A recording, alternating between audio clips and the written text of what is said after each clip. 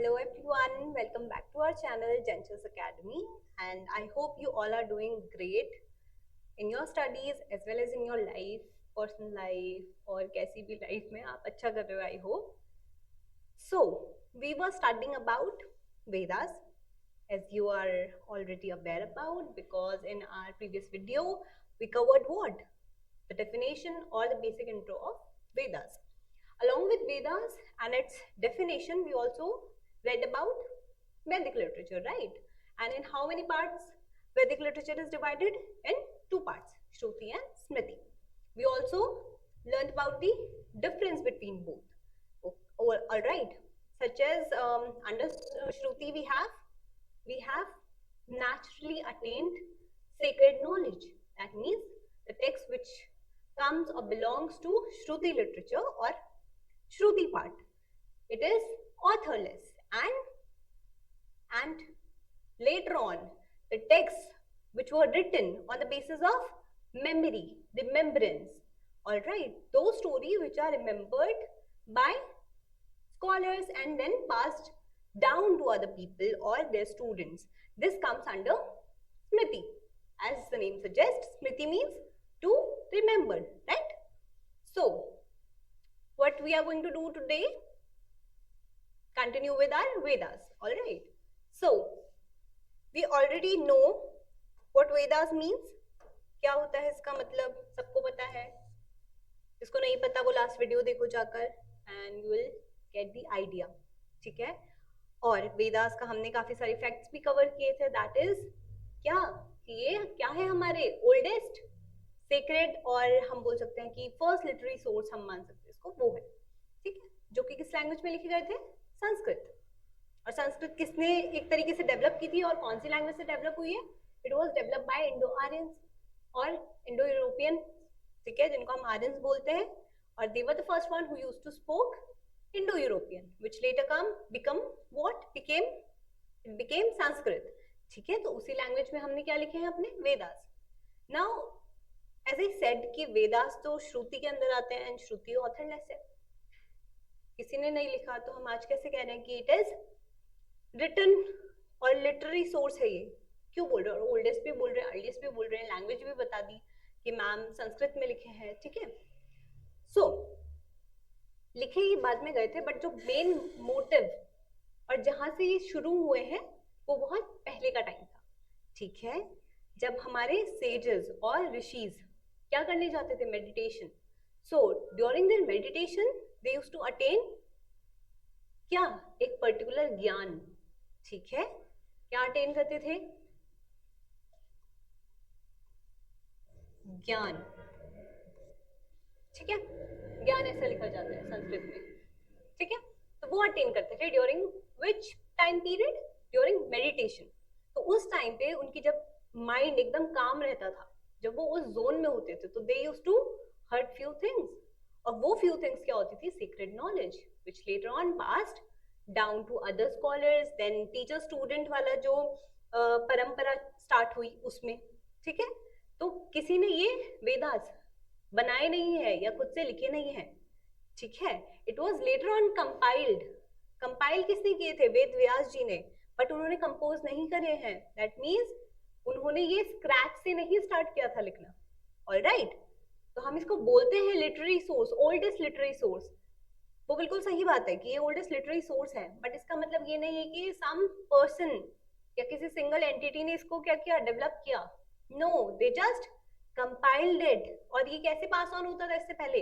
Literary source से पहले क्या था? ये एक ओरल ट्रेडिशन के फॉर्म में डेवलप्ड. ठीक है, I hope this much is clear. Oldest है, सेक्रेड है, very essential for our Hindu religion. ठीक है, scriptures are there, Hindu scriptures इसके अंदर है. ठीक है, बहुत सारी चीजें हैं, लाइफ के बहुत सारे पर्सपेक्टिव हमको मिलते हैं in these 4 sacred text.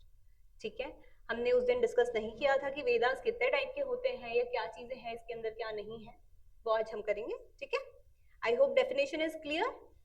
And Vedic literature कितने पार्ट में डिवाइडेड है वो क्लियर होगा. ठीक है, now if we move forward to the types of Vedas. कितने टाइप होते हैं? ये ऑलमोस्ट जितने भी लोग वीडियो देख रहे होंगे या जितने लोग सुनते हैं वेदा के बारे में या वेद के बारे में, उनको पता होगा, ठीक है।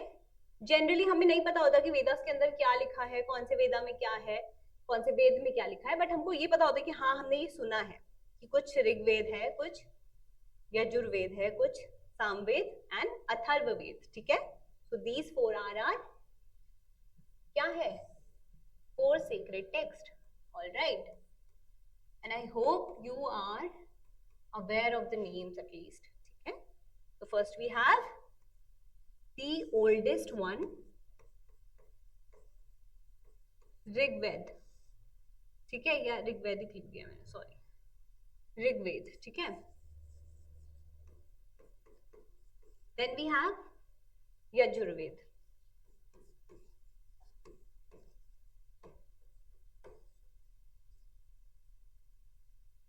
सामवेद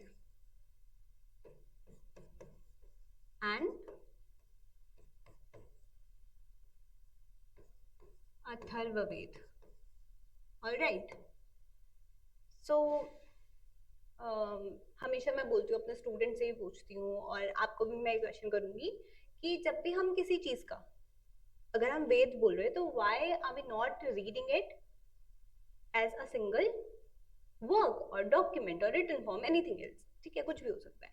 तो जब हमने वेद बोला तो हम क्यों उसको डिवाइड कर रहे हैं, why there is need of this division, क्यों करते हैं डिविजन। एक बेसिक सा थॉट आना चाहिए माइंड में कि अगर हम सिर्फ वेदास के बारे में बोल रहे हैं तो हम इसके अंदर सब पढ़ सकते हैं, मैम ये होता है इसके अंदर, पहले ये किया फिर ये किया, ऐसा क्यों नहीं पढ़ रहे हम।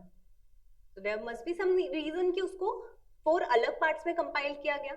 वेद व्यास ने भी जब वेद लिखे या कंपाइल के, लिखे नहीं मतलब कंपाइल किए उनको रिटन फॉर्म में, तो उन्होंने क्या किया, क्या सोचा होगा, जब उन्होंने 4 पार्ट्स बनाए तो he must be thinking something, क्या था वो। तो जब भी हम डिविजन करते हैं ना, उसका रीजन क्या होता है, डिविजन मतलब ही क्या है, डिफरेंस मतलब ही क्या है, मतलब उसमें कुछ अलग अलग चीजें होंगी।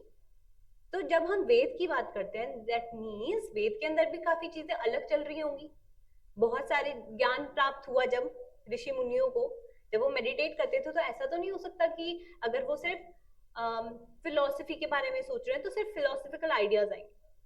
ऐसा होता है कभी भी जब मेडिटेशन करते हैं तो हमारे दिमाग में ऐसा थोड़ा ना होता है कि सिर्फ एक ही टॉपिक लेकर जा रहे हैं और वही कंटिन्यू होगा, no, it's not necessary, right. तो जब वो मेडिटेशन के फॉर्म में होंगे तो दैट मीन्स उस टाइम पे हमें बहुत सारे related to your life, your surrounding, nature, birds, gods, किसी के बारे में भी क्या आ सकता है, थॉट्स आ सकते हैं, करेक्ट।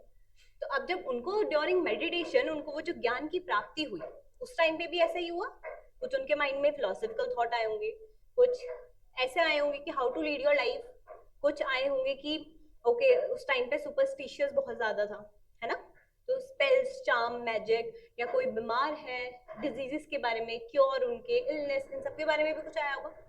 तो वो जो कंपाइलेशन जब बना तो Veda Vyasa what he did one great thing to differentiate all these things, जो भी पास ऑन होते आ रही थी। अब उनके पास तो क्या था उनके पास पूरा खजाना था नॉलेज का, ठीक है। अब उस खजाने में से अब हम लोग कैसे हैं, हम 4 चीजें पढ़ेंगे एंड वी गॉट बोर, होता है, मैं तो ऐसे बहुत, मेरे साथ होता है, मैं बहुत बोर हो जाती हूँ ऐसे, अगर मैं बहुत सारी चीजें एक साथ पढ़ लेती हूँ, तो ऐसा आपके साथ भी होता हो, है ना, एक साथ बैठकर नहीं हो पाता। हम जब पढ़ते भी हैं या फिर हम कुछ भी कर रहे हैं बहुत टाइम तक अगर आप पढ़ लोगे तो नहीं आप उसमें फोकस कर पाओगे, राइट। तो अब जब उनके, अब वो ज्ञानी थे, ऋषि मुनि ज्ञानी थे, उनका काम ही वो था कि वो फोकस करते थे इतना ज्यादा, इसीलिए उनको जीनियस बोला गया, इंटेलेक्चुअल्स और ये सब चीजें, ठीक है।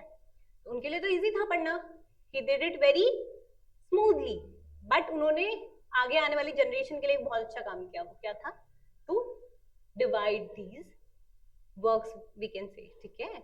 इनके अंदर उन्होंने अलग अलग आइडियाज डाल दिए। तो इससे हमें क्या इजी पड़ा कि अच्छा ठीक है, अगर हमें कुछ भी जानना है रिलेटेड टू गॉड और सोसाइटी और वैदिक सोसाइटी के बारे में आप जानना चाहते थे, उस टाइम पे कैसे लोग रहते थे, क्या पहनते थे, कैसे चलते थे, कैसे कहाँ जाते थे, इधर उधर सब चीजें वो इन वेदास में लिखा है। अगर मैं पर्टिकुलरली बात करूँ कास्ट सिस्टम की, वो एक social structure and it is still relevant, right. अगर हम कास्ट सिस्टम की बात करें तो आज भी रेलेवेंट है। तो वो किस वेद में मिल सकता है आपको उसके बारे में जानना होगा। अगर आपको, अगर कोई आपको क्वेश्चन कर दे रिगार्डिंग कास्ट सिस्टम, कोई बोल दे कि अरे ये तो पहले से इतना रिजिड था, इतना कॉम्प्लिकेटेड था, और ये तो इस बेसिस पे डिसाइड होता था on the basis of birth, तो ये आपको बोल दे तो आप क्या बोलोगे?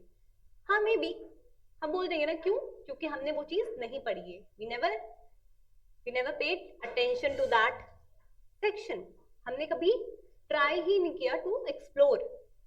तो उसका मेन सोर्स क्या है? ये ऋग्वेद, ठीक है, ये इसका क्या है? मेन सोर्स है। यहां से आप क्या कर सकते हो, अगर आपको कोई क्वेश्चन करे, कोई कुछ पूछे, तो आप बोलोगे नहीं, let me first check this out. कहाँ चेक करोगे? On the primary source. Primary means main source. तो ऋग्वेद की कहाँ पर? ऋग्वेद पूरी एक बुक है, it has so many chapters, so many कितने? In total 10 chapters are there in Rigveda. और इन चैप्टर्स को हम क्या बोलते हैं? मंडल। क्या बोलते हैं? मंडल, ठीक है।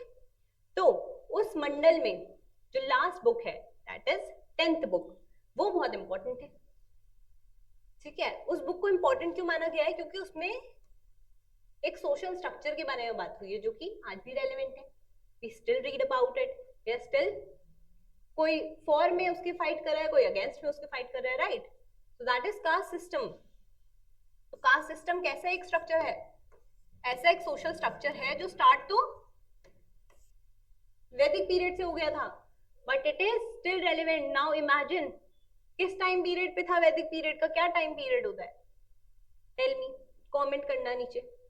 और इमेजिन करो कि उस टाइम पीरियड से टिल टुडे 2026 कैसे ऐसा हो सकता है? Why do we call this period as the basis foundation of Indian civilization? That is why we got so many systems, be it social, political, कुछ भी बोल सकते हो, बट हमें बहुत सारे systems मिले। उनमें से एक मेजर सिस्टम कास्ट सिस्टम है, वो ऋग्वेद के अंदर है। तो इजी हो गया हमारे लिए। अगर कोई हमसे पूछे कि कहाँ हम देख सकते हैं यार, where can I find more information about it, कहाँ जाओगे? ऋग्वेद में, है ना। Then we have Yajurveda. अब यजुर्वेद में भी कुछ तो डिफरेंट होगा। आप बोलोगे मैम इसमें क्या डिफरेंट है, ऐसा क्या हुआ होगा, यजुर्वेद में क्या डाला है? ठीक है, अब ऋग्वेद में खाली ये नहीं था कि वो कास्ट सिस्टम के बारे में बात कर रहे हैं, यहाँ पे बहुत सारी और चीजें भी होंगी, क्योंकि बहुत सारी बुक्स हैं। ऑब्वियसली ये तो सिर्फ एक बुक के एक पार्ट में बताया गया, ऐसा होना चाहिए, ठीक है। तो यहाँ पे बहुत सारे गॉड को प्रेस किया गया है थ्रू हिम्स, ठीक है, प्रेस किया गया उनको, ठीक है। और ऋग्वेद को क्या बोलते हैं हम? Versus of knowledge. Versus means एकदम मेट्रिकल फॉर्म में नॉलेज को गेन कर सकते हो आप। कैसे? क्योंकि लिखा ही उसमें ऐसा है ना, पोएट्री वाले फॉर्म में थोड़ा। Verses are there, metrical form is there, ठीक है। तो ये है what happened in Yajurveda. Now during those time what people used to do is to connect with god. अब जो मेडिटेशन कर रहे हैं, they got the secret knowledge उन्होंने आगे पास ऑन करते रहे, ठीक है। तो अब जब वो सीक्रेट नॉलेज पास ऑन हो रही थी, अब हम नहीं बोल सकते कि वो एकदम एक्यूरेट है या नहीं है, but there were some procedures. Procedure means to connect with god, तो रिचुअल्स आर देयर, ठीक है। बहुत सारे रिचुअल्स मेंशन किए गए हैं इन वन बुक, ठीक है। वो बुक कौन सी है? इसमें बहुत सारे rituals are there sorry, ritualistic practices, ठीक है। Then we have Samaveda. Samaveda को बोला ही जाता है Vedas of melodies. Melodies means music. So जो आइडिया था अबाउट आर्ट, ठीक है। अब हम ये नहीं बोल सकते कि अरे आर्ट और आर्किटेक्चर तो अभी कुछ साल पुराना ही है, मैम इससे पहले तो कभी आया ही नहीं, ऐसा नहीं होता, ठीक है। तो इसका भी कुछ ना कुछ फाउंडेशन होगा, कुछ बेसिस होगा, कहीं से तो स्टार्ट हुआ होगा। तो कहाँ से स्टार्ट हुआ हम यहाँ पर देख सकते हैं सामवेद में, ठीक है। डिफरेंट मेलोडीज आर देयर, वहां पे भी प्रेस किया गया बहुत सारे गॉड्स को, ऐसा नहीं है। Through shlokas are there, mantras are there, right. But यहाँ पे किसका बेसिस है ये? तो the basis of music and dance, ठीक है। हमारे कल्चर का बहुत स्ट्रॉन्ग पार्ट है या नहीं है? Tell me. हमारे जो कल्चर है, हम उसमें देखते हैं कितने सारे डांस फॉर्म्स है, कितना म्यूजिक, कितना हम बोल सकते बहुत वास्ट है। Classical music you can see, अब तो उसमें बहुत सारे क्या हो रहा है, फ्यूजन हम देख रहे हैं, है ना। बहुत सारे हम क्या करते हैं, मिक्स एंड मैच, ठीक है। तो बट इसका कुछ फाउंडेशन तो होगा, इतनी वास्ट म्यूजिक का कहीं से तो शुरू हुआ होगा, राइट। तो अगर हमें पता करना हो कि कहाँ से म्यूजिक शुरू हुआ है या कहाँ से क्या चीजें हुई, तो हम कहाँ जाएंगे? In in Samaveda, right? Okay, then we have Atharvaveda. I told you, अब सोसाइटी है, हमें सोसाइटी के बारे में most of the things we get from Rigveda. ठीक है, रिचुअल्स और प्रैक्टिसेस. अगर हम किसी ने प्रेज कर दिया गॉड को, ठीक है, अब प्रेज तो आपने कर दिया, हमारे पास we have the shlokas, we have the ज्ञान वाला part is here under Rigveda. But जब एक्चुअल में प्रैक्टिस करेंगे, जिसको even priest were following something, right? जो वहां पर क्या होते थे, ब्राह्मण्स होते थे ड्यूरिंग दिस पीरियड, वो भी तो कुछ फॉलो कर रहे होंगे ना टू कनेक्ट विद गॉड. अब जिसने सीक्रेट नॉलेज अटेन कर ली, जो उस लेवल पे पहुंच चुका है, उसने तो पास ऑन कर दिया बहुत साल पहले. Now we have categorisation as mentioned in Rigveda. ठीक है, कैटेगराइजेशन हो गई थी on the basis of profession. अब जब प्रोफेशन डिवाइड हो गए, सब चीजें हो गई, तो ब्राह्मण्स आर देयर. तो उनका काम क्या था? क्या था उनका काम? स्कॉलर्स तो दे वर द ग्रेट स्कॉलर्स, ठीक है, थे वो स्कॉलर, बट वो भी तो कुछ काम करते ना. तो उनको क्या काम करना है? It was mention under Yajurveda. ठीक है, रिचुअल्स, रिचुअलिस्टिक प्रैक्टिसेस. ठीक है, here we saw the entertainment part. अब वो लोग सोसाइटी में रह रहे थे, तो उनके पास भी तो कोई एक वो होना चाहिए ना, क्या चीज टू एंटरटेन देमसेल्व्स. तो क्या था, मतलब म्यूजिक तब भी रेलेवेंट था, डांसेस तब भी रेलेवेंट थे. ठीक है, then at last we have Atharvaveda. Very simple. Atharvaveda में है क्या मैम? इसमें क्या है? इसमें सिंपली किस चीज के बारे में बात की गई है? About different diseases, it's cure, illness, कैसे उसको सही कर सकते हैं, स्पेल्स, चार्म्स, इतनी सारी चीजें होती है, ओमेन, ये सब चीजें इसमें मेंशन है. Ayurveda, we all are aware about Ayurveda. ठीक है, हमें पता है उसके कितने ज्यादा अच्छे रिजल्ट्स हैं हमारी लाइफ में अगर हम उसको फॉलो करें. तो आयुर्वेद, ये सारी चीजें कहाँ से आई है? अंडर अथर्ववेद. ठीक है, इसी के अंदर आयुर्वेद है. आयुर्वेद के बारे में, मेडिसिन के बारे में, एज आई टोल्ड यू. ठीक है, illness, different illness are there, होता है, आज भी होता है, और वो आज भी रेलिवेंट है. जस्ट इमेजिन कुछ चीजें जो कि पास ऑन हुई थी बहुत सालों पहले, ठीक है, फिर वो कंपाइल की गई, तो हम ये नहीं बोल सकते कि बिल्कुल एक्यूरेट इन्फॉर्मेशन आई होगी या नहीं. ठीक है, बट स्टिल उस पे कितने सारे बुक्स बने, कितनी सारी चीजें बनी. Under Atharvaveda we have 20 books. Imagine 20 books we have under this. ठीक है, so that means वास्ट से भी वास्ट कुछ नॉलेजेबल होगा तो वो इनके अंदर है. 4 वेद हैं, बट कितना कुछ हमें इससे सीखने को मिलता है, राइट? और आज के टाइम पे भी रेलेवेंट है. ऐसा नहीं है कि हम मैम आज क्यों पढ़े, तो बहुत पहले लिखा गया था, या अब थोड़ी ना रेलेवेंट होगा. ऐसे कैसे मेडिटेशन के टाइम पे उनको इतनी सीक्रेट नॉलेज मिल गई है ना? बहुत सारे क्वेश्चंस होंगे, ऐसे कैसे कोई ऑथर नहीं था और कैसे लिखा, कैसे कंपाइल कर दिया? कोई तो होगा ऐसा सा, हमारे दिमाग में आता है ना क्वेश्चंस, बट ऐसा कुछ नहीं है. वो जो चीजें चलती आ रही हैं वो आज भी रेलेवेंट है. इस चीज पे हम बहुत सरप्राइज हो जाते हैं सुन के, कैसे कैसे है.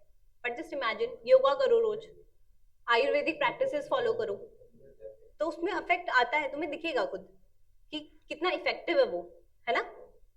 हमारी लाइफ ही चेंज हो जाएगी अगर हम उसको कंसिस्टेंटली फॉलो करें. हर चीज की कंसिस्टेंसी क्या होती है? अच्छे रिजल्ट्स ही देती है. अगर तुम अच्छी चीजें करोगे तो, बेकार चीजें कर रहे हो कंसिस्टेंटली तो बेकार रिजल्ट्स आएंगे, वो भी ध्यान रखना. ठीक है, तो ये होता है. तो 4 वेद, आई होप यू अंडरस्टूड, है ना? थोड़ा थोड़ा तो समझा दिया है मैंने कि एक्चुअल में बेसिक चीजें क्या है इसमें. ठीक है, अब 1 बाय 1 पढ़े कि कौन से वेद में क्या है.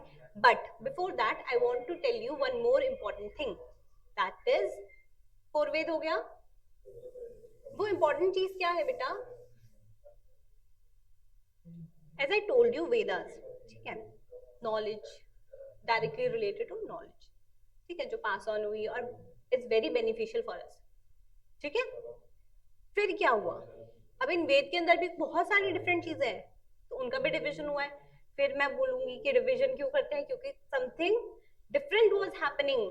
ऐसा नहीं था कि हम उसको एक ही तरीके से पढ़ सकते हैं.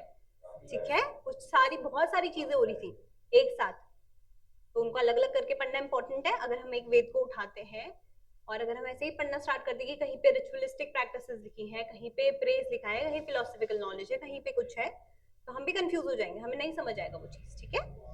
तो हर वेद के अंदर चारों के चारों जो वेद हैं उसके अंदर भी फर्दर डिविजन्स हैं, वो डिविजन्स क्या है वो हम पढ़ेंगे, ठीक है। तो फर्स्ट इंपॉर्टेंट डिविजन का पहला पार्ट जो है वो है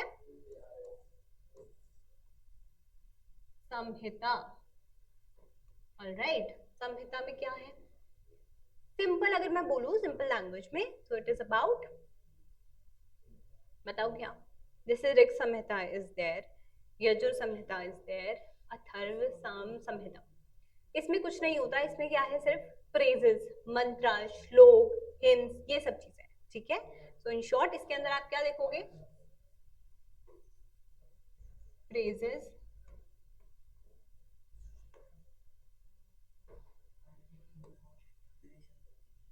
मंत्रास, एक्सेट्रा, ठीक है।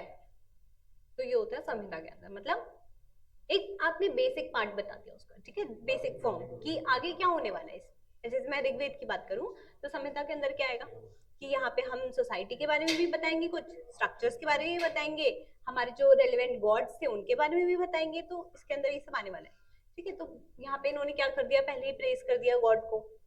और कौन से होते थे बेसिकली, जब हम ऋग्वेद की बात करते हैं तो it was written during early Vedic period, that is why it is also known as Rigvedic period. तो एंटायर सोसाइटी का जो भी पार्ट्स हैं वो मेंशन है ऋग्वेद में, ठीक है। तो संहिता में नॉर्मली क्या बताया गया है कि वो क्या वर्शिप करते थे, नेचर गॉड को, ठीक है। Nature gods were very prevalent during those time. तो उन्होंने कौन से नेचर गॉड के बारे में प्रेस किया होगा? ऑब्वियसली हमने जो पढ़ा था, अग्निदेव हो गए, वरुण देव हो गए, है ना, सूर्य देव हो गए। तो ऐसे बहुत सारे नेचर गॉड्स के अंदर ये क्या करते थे, प्रेजेस जो हुई है वो इसके अंदर आता है संहिता के। ऐसे ही यजुर्वेद में भी होगा, सामवेद में भी होगा और अथर्ववेद में भी होगा, ठीक है। संहिता वाला part is the basic foundation for your convenience, इतना समझ लो, ठीक है। Next part we have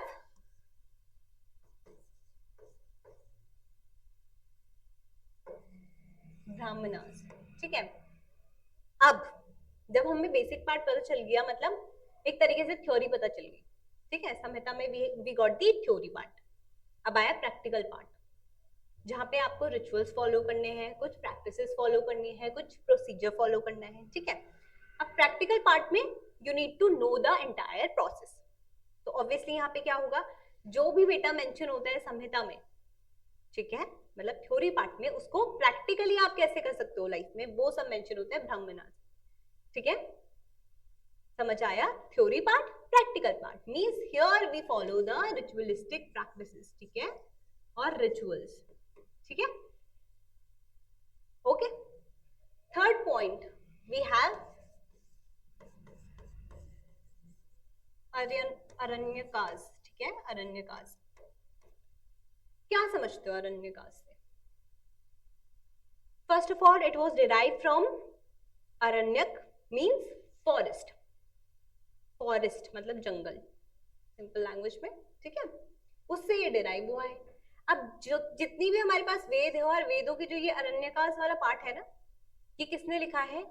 says, मतलब वही कि किसने वो नॉलेज अटेन की, ऋषियों ने या डिफरेंट सेजेस स्कॉलर्स जो भी जाते थे मेडिटेशन करने, उन्होंने अटेन की, पर it was only related to forest.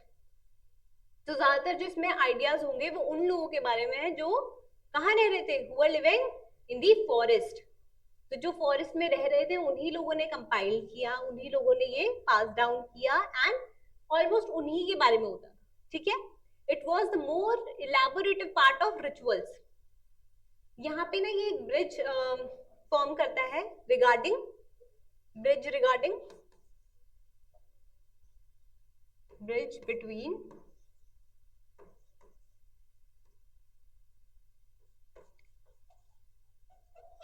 कर्म मार्ग एंड एक होता है कर्म और दूसरा ज्ञान मार्ग, ठीक है, ज्ञान मार्ग। अब हमें देखो संहिता में पता चल गया कि थ्योरी पार्ट क्या है, ठीक है, कौन इंपॉर्टेंट है, कैसा क्या है, मतलब हमें वर्बली वी नो एवरीथिंग, कि हमसे कुछ भी पूछ लो, अरे हम इसमें से पढ़कर हमने उनके बारे में संस्कृत श्लोक लिखा है, इतना सुंदर वर्सेस में है, ऐसा ऐसा है, आप बता दो। ब्राह्मणास में वी हैव द रिचुअल्स। अब हमने प्रेज तो कर दिया, बट गॉड को मनाना कैसे है, how to connect people with god, एक कनेक्शन कैसे फॉर्म करेंगे। लोगों का यही तो इशू था, that is why the category of Brahmins were superior one. क्यों थे वो सुपीरियर, क्या क्या ऐसी नीति हमें ब्राह्मण वाली कैटेगरी की थी। और अगर हम देखें सबके काम डिवाइडेड थे, ब्राह्मण को सिर्फ पढ़ना था और ऐसे ये सब फॉलो करना था इसमें से देख के, तो और लोग भी तो पढ़ के फॉलो कर सकते थे, but they became superior through following such rituals. उन्होंने पढ़ा और उसको क्या किया, फॉलो किया, ठीक है। ये तो part understood. Now what happened here, अब जो सेजेस, ऋषि मुनि जो भी रह रहे थे, उन्होंने अब जो फॉरेस्ट लाइफ को एक्सपीरियंस कर रहे थे, एक्सप्लोर कर रहे थे, उस टाइम पे वहीं पर रहते थे, उन लोगों ने लिखा उन्हीं के बारे में। बट व्हाट दे डिड, उन्होंने ये अपोज किया कि आप अननेसेसरी क्या करो, सेक्रीफाइसेस मत करो, there is some reason behind everything. वो रीजन क्या होंगे, अगर हम रिचुअल्स भी फॉलो कर रहे हैं तो उसका रीजन होगा ना कुछ, ऐसे ब्लाइंडली किसी को भी फॉलो मत करो। तो हर वेद में you will find one part where they are bridging the gap between कर्म मार्ग एंड ज्ञान मार्ग, ठीक है, समझ आया। जो ज्ञान है उसको प्राप्त करो, और जो कर्म है वो उस ज्ञान के बेसिस पे करो, ठीक है। ऐसे ही कुछ भी नहीं करना है। अगर कुछ तुम्हें कोई बोल दे सिर्फ कोई सेक्रीफाइस करने के लिए, कोई यज्ञ परफॉर्म करने के लिए, कोई कुछ भी, अगर कोई टैक्स देना है, कोई बलि देनी है, भाग देना है, वो ऐसे ही नहीं करना है, ब्लाइंडली नहीं फॉलो करना है। तो उन्होंने क्या किया है यहाँ पे, through this part they made a bridge, ठीक है, बिटवीन योर ज्ञान मार्ग एंड योर कर्म मार्ग, ठीक है। ज्ञान प्राप्त करो, कर्म करो, कर्म करो, और वो जो कर्म तुम फॉलो कर रहे हो उसका एक particular reason should be there, ठीक है। And fourth part is Upanishad. इसके अंदर आता है बेटा इंपॉर्टेंट पार्ट, बोल सकते हो बहुत ज्यादा, तो बहुत ज्यादा important part means philosophical teachings are there. क्या है इसके अंदर, फिलोसॉफिकल टीचिंग, ऑलराइट। और ये किस फॉर्म में लिखा गया है, स्टूडेंट टीचर फॉर्म में, ठीक है। स्टूडेंट टीचर फॉर्म मींस गुरु शिष्य परंपरा, ठीक है। उपनिषद का मतलब ही क्या है, उपनिषद अगर आप इसको सर्च करोगे, खुद से करना, क्योंकि खुद से रिसर्च करोगे इसके बारे में तो बहुत लॉन्ग रन के लिए याद रहेगा, ठीक है। उपनिषद का मतलब ही क्या होता है, कम सिट नियर मी, ठीक है, या नीचे बैठकर, पास में बैठो या नीचे बैठो, एक ही बात है, ठीक है। तो ये कौन बोल रहे हैं, अपने टीचर, अपने गुरु के पास बैठो और वो तुम्हें कैसा ज्ञान देंगे, फिलोसॉफिकल, ठीक है। तो फिलोसॉफिकल टीचिंग्स आर देयर। ज्यादातर टाइम जब हम देखते हैं, बहुत रिसर्च करते हैं, तो हमें समझ आता है कि उपनिषद क्या है। वेदास हम अलग पढ़ते हैं और उपनिषद अलग पढ़ते हैं, क्योंकि इसमें भी लाइफ का इंपॉर्टेंट चैप्टर्स और इंपॉर्टेंट पार्ट इज देयर, ठीक है। बट वैसे मोस्टली ये किसके अंडर आता है, वेदास के। अलग पढ़ने का रीजन इसका क्या है, क्योंकि इसमें भी बहुत इंपॉर्टेंट लाइफ लेसन है, ठीक है। और वो एक बिल्कुल अलग यूनिक पार्ट में आप पढ़ सकते हो, सेपरेटली पढ़ सकते हो, क्योंकि वो भी क्या है, एक स्टूडेंट टीचर फॉर्म में लिखा गया उपनिषद, ठीक है। और मोस्टली हम कंसीडर भी उसको अलग ही करते हैं, वैसे हम ये 3 पार्ट ही लेते हैं वेदास के अंदर, ठीक है। तो ये हर वेदा में होगा, ठीक है। ऋग्वेद हो गया आपका, अथर्ववेद हो गया, यजुर्वेद हो गया, सामवेद हो गया, उन सब के अंदर ये चारों पार्ट आपको जरूर मिलेंगे। फिलोसॉफिकल पार्ट, नाउ मंत्रास वाला पार्ट, श्लोक है जिसमें, ठीक है, रिचुअलिस्टिक प्रैक्टिसेस अच्छे से मेंशन होगी, ठीक है। और फिर आप वो रिचुअल्स भी क्यों करो उसका भी रीजन या डिस्क्रिप्शन होगा उसमें, ऑलराइट। आई होप आप 4 वेदास के नाम समझ गए, आप ये समझ गए कि उसके अंदर क्या इंपॉर्टेंट पार्ट है, ठीक है। जो फर्दर हम वेदास को इलैबोरेटिव फॉर्म में पढ़ने वाले हैं वो हम नेक्स्ट क्लास में करेंगे। अभी ज्यादा हेक्टिक नहीं करते, इतना एक ओवरव्यू ले लो आप अच्छे से, ठीक है। पहले वेदास क्या होते हैं, वैदिक लिटरेचर कितने पार्ट में डिवाइडेड है, और हमारे वेद कितने होते हैं, ठीक है। वेद होते हैं तो उसके अंदर क्या होता है, मैंने एक छोटा सा ब्रीफ ओवरव्यू आपको ऑलरेडी दे दिया है। If you want you can go and search about it more, है ना। सर्च करो, कोई क्वेश्चंस हो तो वो पूछो, and I am here to answer all your questions. Queries हो, कोई भी डाउट हो रिलेटेड टू दिस टॉपिक, आप पूछ सकते हो. ठीक है, ज्यादा हेक्टिक ना हो, इसीलिए इतना ही रखता है आज की class. Shall we wind up? मुझे लगता है आप कर देना चाहिए, क्योंकि इससे ज्यादा आप लोग देखोगे नहीं क्या, बोर हो जाओगे. ठीक है, so will meet in our next video. तब तक take care of yourself, keep revising, studying, and see you super soon. And yes, if you like this video, अच्छा लगा, कुछ भी समझ आया हो तो सब्सक्राइब करो और कमेंट करके बता सकते हो. ठीक है, जो भी आपके डाउट्स हैं. Till then take care, bye bye.